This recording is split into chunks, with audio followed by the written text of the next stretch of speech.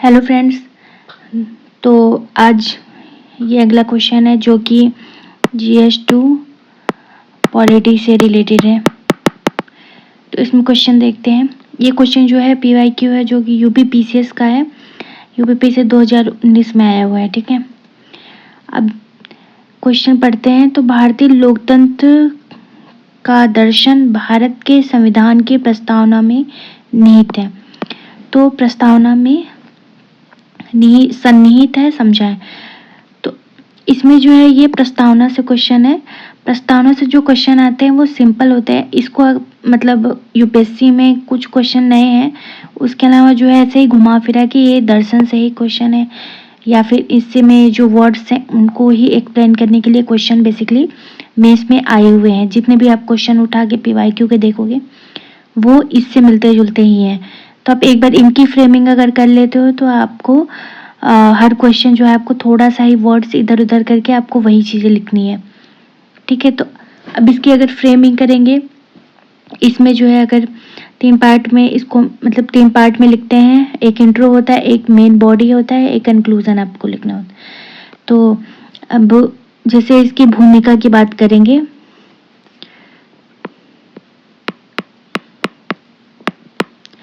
तो इसमें भूमिका में क्या लिख सकते हैं कि प्रस्तावना जो है वो संविधान की आत्मा है। और किसी के कोट्स लिख सकते हैं, जैसे प्रस्तावना के बारे में थोड़ा सा लिखेंगे के बारे में।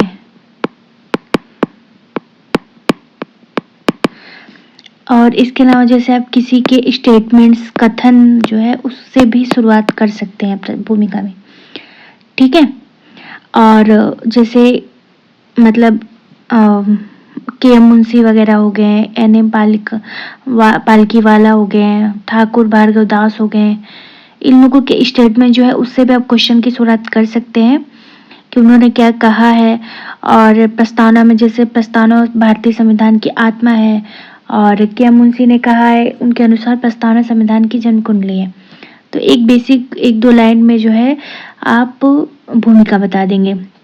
जैसे ये भी बता सकते हैं प्रस्तावना जो है सामाजिक समावेशी व्यवस्था को संकलित करने की बात करता है, जैसे कि जो न्याय है, स्वतंत्रता है, समानता है, इन सबको ये दर्शाता है। ये एक लाइन ये भी प्रस्तावना का लिख सकते हैं। उसके बाद किसी का स्टेटमेंट लिख देंगे। ठीक है, तो जैसे ये हो गया। फिर इसका जो मेन बॉडी है तो उसमें क्या लिखते हैं, मेन बॉडी में जो है इसमें जैसे कि आपको प्रस्तावना संविधान के दर्शन के रूप में, संविधान के दर्शन के रूप में,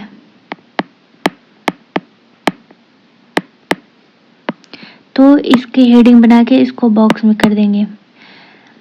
ठीक है, प्रस्तावना संविधान के दर्शन के रूप में, इसको हेडिंग करके फिर इसको जैसे 2 पार्ट में भी लिख सकते हैं कि संविधान की प्रकृति, संविधान की प्रकृति।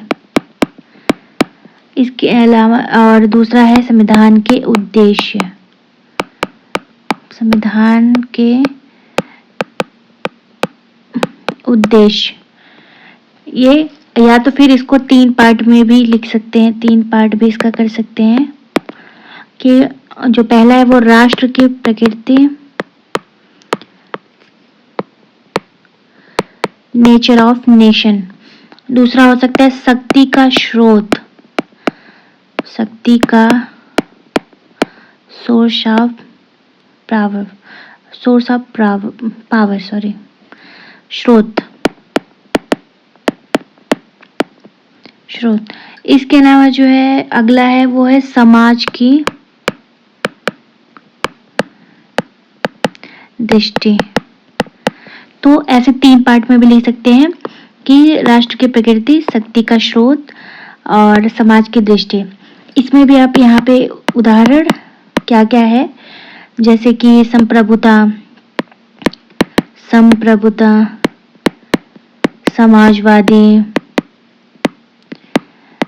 समाजवादी, और लोकतांत्रिक और गणराज्य हो गया, लोकतंत्रात्मक हो गया, पद निरपेक्ष हो गया, ये सब जो है वो संविधान की प्रकृति हो गई।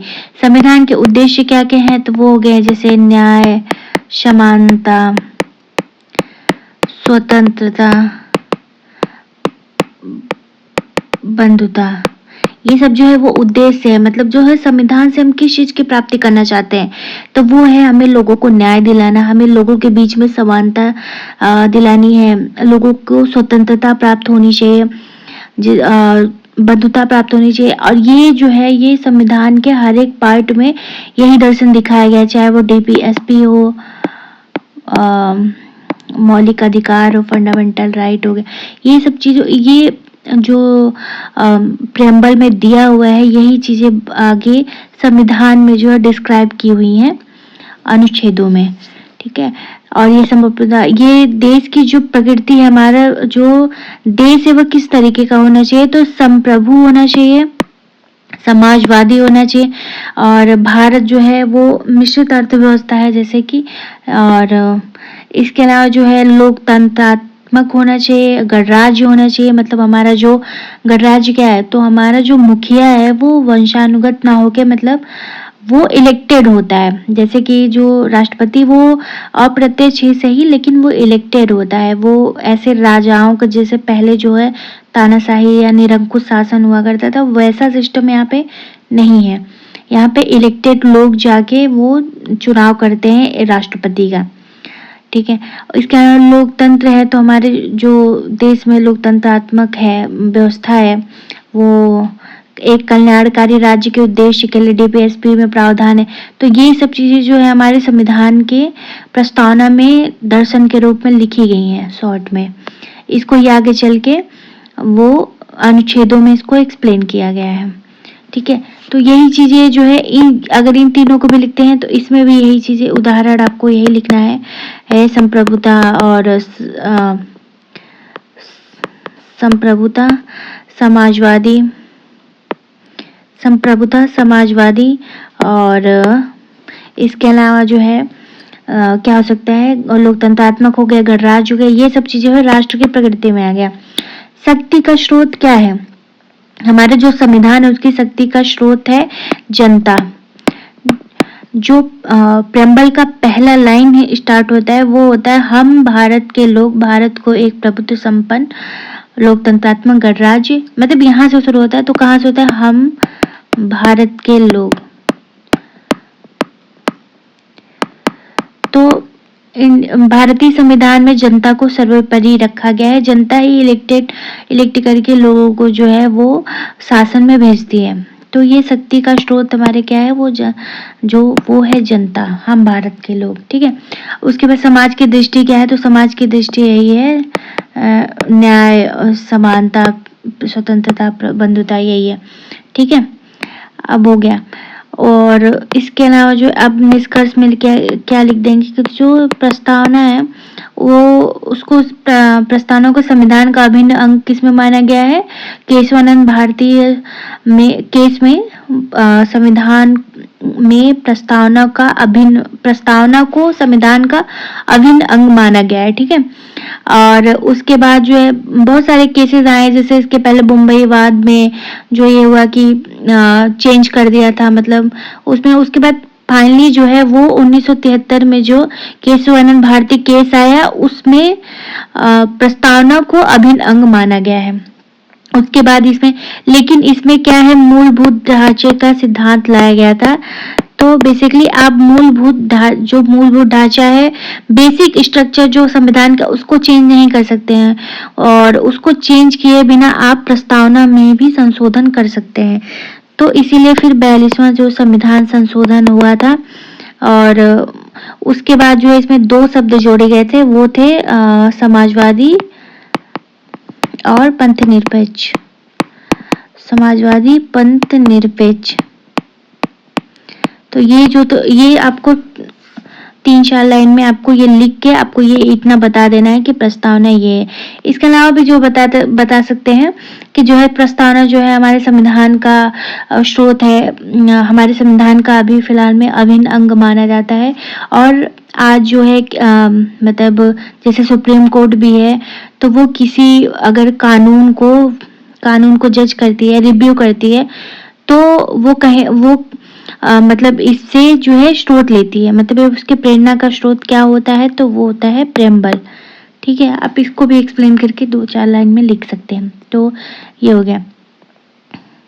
और एक बात जो है वो प्रस्तावना आपको पूरे तरीके से याद होना चाहिए, क्योंकि ये प्री के लिए भी इम्पोर्टेंट है, मेंस के लिए भी इम्पोर्टेंट है, क्योंकि इससे जो है आपको प्री में भी क्वेश्चन अच्छे आते हैं, मतलब रिपीटेड नहीं है आपको पीवाईक्यू के लिए, चाहे वो मेंस के लिए हो चाहे वो प्री के लिए हो, दोनों के लिए आपको पीवाईक्यू इसका पढ़ के जाना चाहिए, क्योंकि अब इससे क्वेश्चन जो बन चुके हैं वो वही इम्पोर्टेंट होता है। जब भी पूछता है प्रेम्बल में जो है वो मतलब कितने प्रकार के न्याय हैं, कितने प्रकार के जो है स्वतंत्रता दी गई है, उसके अलावा जो है इसको आत्मार्पित अंगीकृत किया गया था, वो डेट क्या थी, 26 नवंबर का जो डेट है उसको, ये सब चीजें पूछता है। ठीक है, तो ये गया। अब ये क्वेश्चन जो है लिखा हुआ है, तो ये 200 वर्ड में आपको लिखना है, तो वो क्या, प्रस्तावना को भारतीय संविधान का सार और आत्मा माना गया है। और जो एन ए पालकीवाल है, उन्होंने जो है प्रस्तावना को संविधान का परिचय पत्र बताया है। संविधान का परिचय पत्र जो है कहा है किसने, तो एन ए पालकीवाला ने। ऐसे ही जो है के एम मुंशी ने कहा है, के एम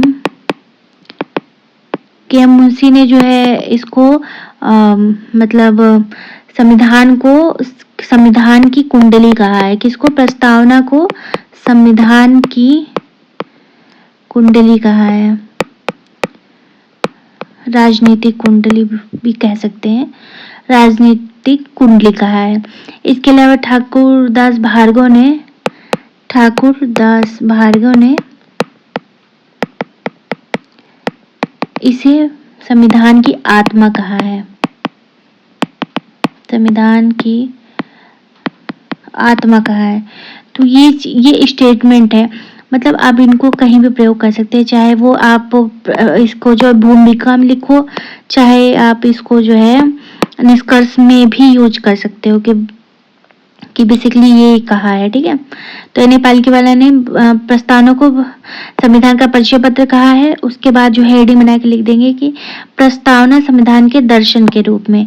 ठीक है, तो ये जो है 2 पार्ट में इसको कर सकते हैं, मतलब आपको फ्रेमिंग करनी आनी चाहिए, ताकि जो है आपका बेसिकली आप क्या लिखने वाले हो, क्योंकि वहां पे आपका पूरा जो है वर्ड बाय वर्ड कोई पढ़ने के लिए नहीं बैठा है। ठीक है, तो आपको बेसिकली जो है ऐसे आपको थोड़ी जगह में वो आपको बता देना चाहिए कि हाँ क्या आप क्वेश्चन में लिखने वाले हो, आपका उद्देश्य क्या है। तो ये जो है इससे आपको वो समझ जाएगा एग्जामिनर कि हाँ ये आप आगे चल के ये एक्सप्लेन करने वाले हो। ठीक है, तो ये संप्रभुता, अब इसको बारी बारी से आपको कुछ इसमें से उठा के आपको 4-5 जो है वो एक्सप्लेन कर देना है।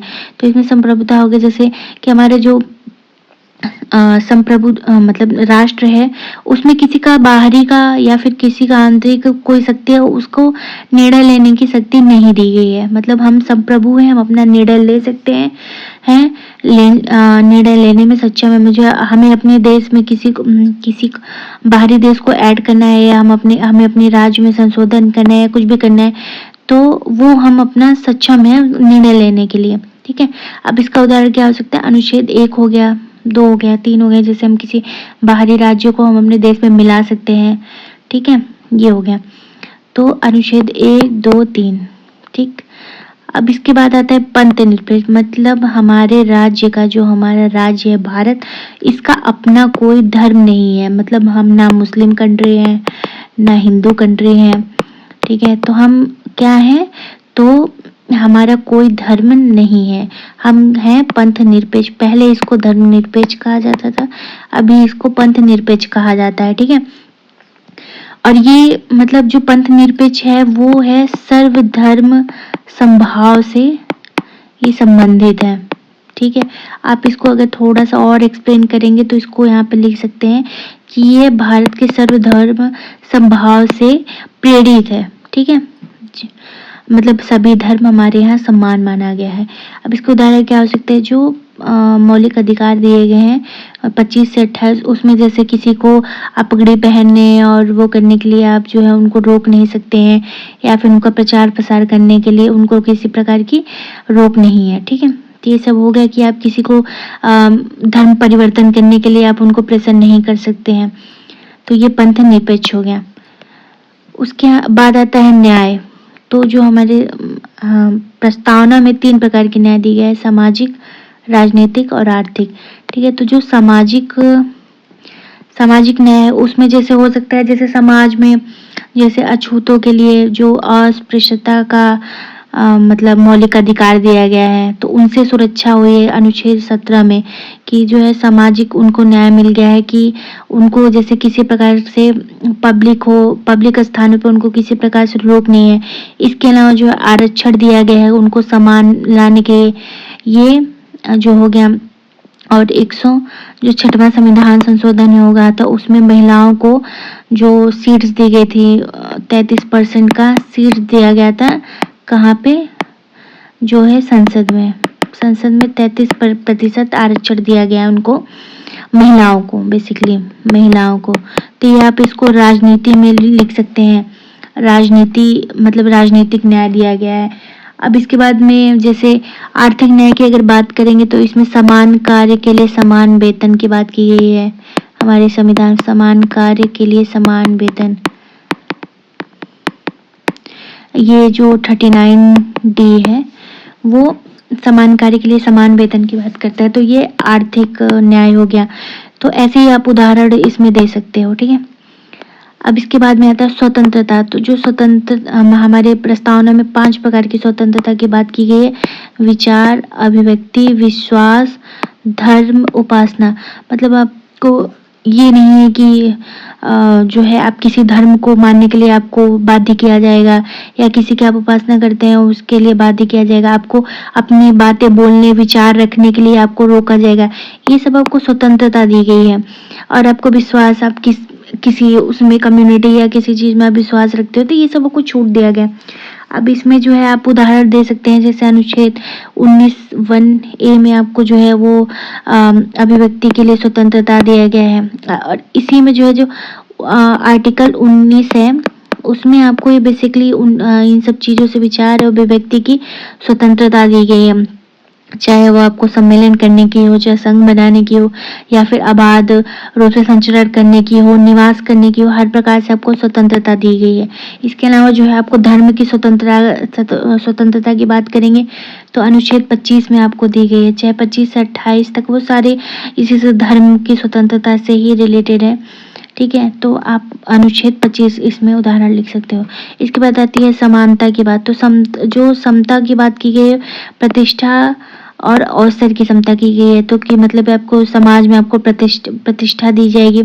इसके अलावा आपको समान अवसर दिया जाएगा, जैसे लोक नियोजन में अवसर की समानता है। जैसे अनुच्छेद 16 जो मौलिक अधिकार का अनुच्छेद 16 है उसमें अवसर की समानता दी गई है। लोक नियोजन में नौकरियों में आपको आरक्षण दिया गया है, ताकि किसी भी एक जो गरीब तबके के जो पिछड़े हुए लोग हैं वो भी जो है वो बराबर आ सके।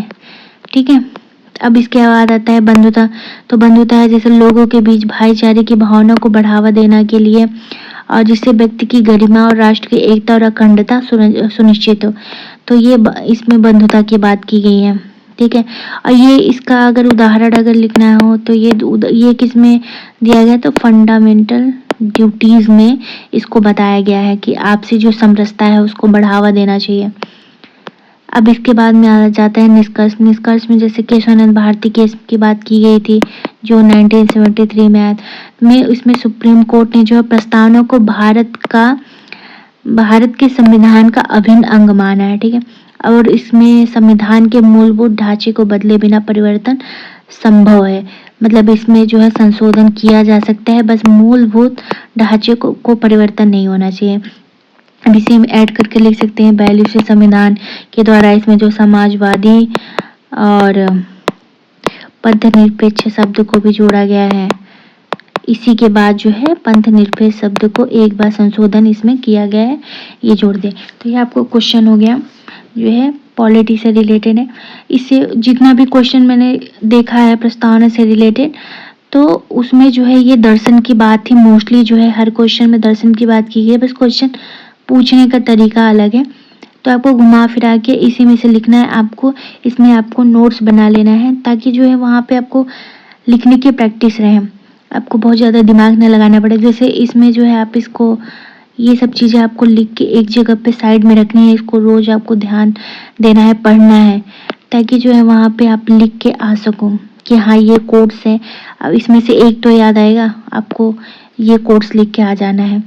इसके अलावा जो है ये ऐसे प्रेजेंटेशन के लिए जो है कि मतलब जैसे मैपिंग ज़रूरी होती है, ज्योग्राफी के क्वेश्चन में आपको मैपिंग ज़रूरी होती है, वैसे ही अदर क्वेश्चन में आपको प्रेजेंटेशन बहुत ज़रूरी, मतलब जैसे आपको ऐसे फ्रेमिंग कर देनी है कि हाँ थोड़ा सा मतलब आपको वो दिखे कि हाँ ये आप ये चीज़ें बताने वाले हो। और ज्योग्राफी में तो जैसे मैप बना दिया, और केस स्टडी वगैरह ज़रूरी होता है मतलब किसी क्वेश्चन के लिए। वैसे इन सब चीज़ों में अगर ऐसे बना दिया, इसमें पता चल गया कि हाँ ये एक्सप्लेन करना है, तो ये सब चीज़ जो है आपको नंबर दिलाते हैं। जैसे हिस्ट्री में भी इवन आपने थोड़ा सा इमेज वगैरह बना दी, ठीक है, तो वो उससे जो है एक्स्ट्रा नंबर आते हैं। तो ध्यान रखिए, धीरे धीरे प्रैक्टिस, अभी आप मतलब अगर जैसे बिगिनर हैं तो धीरे धीरे प्रैक्टिस से ये चीज़ें आ जाती हैं कि आपको कैसे लिखना है, क्या आपको लिखना चाहिए, क्या नहीं लिखना चाहिए। क्योंकि ये सारी चीज़ें दिमाग में, सारी चीज़ें जैसे आप पढ़ोगे ना, आप पढ़ रहे होगे तो आपको, आप सारा कुछ पढ़े होगे, आपके दिमाग में हर चीज़ है, लेकिन आपको जब यहाँ पे आपको पेन से लिखना होगा तो आपके पास डाटा बहुत सारा है, लेकिन आपको लिखना कैसे है, यही आर्ट आपकी जो है आंसर राइटिंग कराती है। कितना लिखना है, कैसे लिखना है, और ये चीज़ें आपको पता धीरे धीरे चलती जाएंगी। जैसे आपको क्या क्या रखना है कि आपने किसी के स्टेटमेंट लिख के रख ली, और डाटा जो है वो जैसे नहीं है, GS3 वगैरह में, GS2 में भी इवन जो जस्टिस वाला सोशल जस्टिस हो गया, जो महिलाओं से है और सबसे रिलेटेड है, उसके लिए भी आपको डाटा हो गया, GS3 से संबंधित डाटा हो गया, इन सब के लिए आपको डाटा लिख के रखना है। ये सब चीज़ें जो करंट में है, जैसे कुछ किसी ने किया हुआ है वो चीज़ें, या फिर कोई डाटा है वो चीज़ें, ये सब चीज़ें आपको लिख के साइड में रखनी है। मतलब उसको आपको डेली देखना है, और उसको आप किसी क्वेश्चन में यूज कर सकते हैं। डाटा है, आप ऐसे में यूज कर सकते हैं, कोड से किसी बड़े उसका मतलब किसी बड़े व्यक्ति का, तो वो उसको आप जो है उसको भी ऐसे में यूज कर सकते हैं, क्वेश्चन में तो यूज कर ही सकते हैं। तो वो आपके मतलब ऐसे में भी काम आएगा, आपके क्वेश्चन में भी काम आएगा। तो लिखने की कला आनी चाहिए, और ऐसे में भी वो काम आता ही है। निबंध जो है क्या ही है, आपको निबंध में बस ज़्यादा वर्ड्स में लिखने होते हैं। खैर UPPCS में तो 600 वर्ड्स में ही लिखने हैं, तो 200 वर्ड जैसे क्वेश्चन आता है 200-250 वर्ड के लिखने की प्रैक्टिस रहती है, तो बस आपको 600 वर्ड में जो है आपको ऐसे लिखना है, ठीक है। बाकी आप लोग पढ़ाई करते रहें। Thank you.